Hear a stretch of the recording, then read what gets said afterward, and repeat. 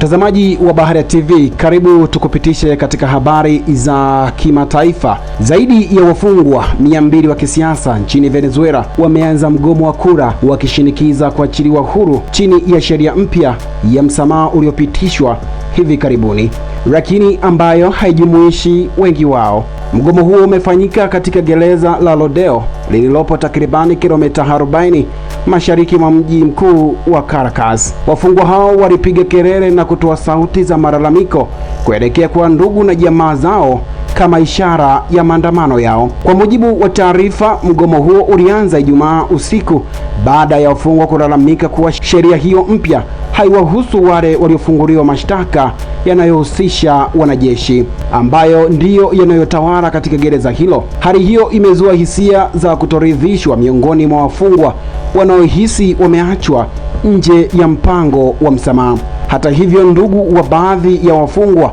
wamesema kuwa si wafungwa wote walioko katika gereza hilo wamejiunga na mgomo wa kula, jambo linaloonyesha kuwepo kwa mitazamo tofauti miongoni mwao.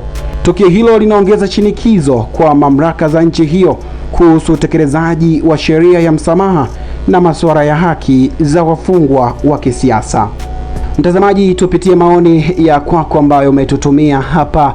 Namuona huyu hapa Asha Mwakaringa wa Dar es Salaam, Tanzania.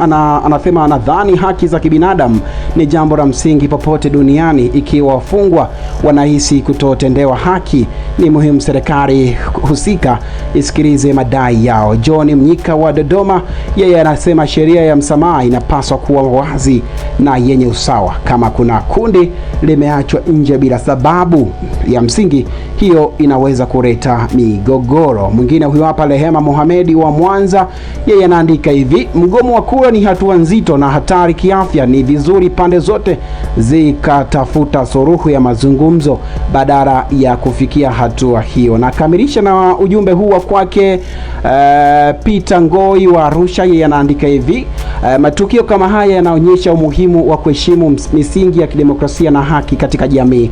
Mtazamaji Baharia TV, kwa wewe ambaye unatufuatilia hivi sasa, je, maoni yako ni yapi kuhusiana na taarifa hii? Asante kwa kuifuatilia Baharia TV. Usisahau kulike, kusubscribe, kucomment na kushare.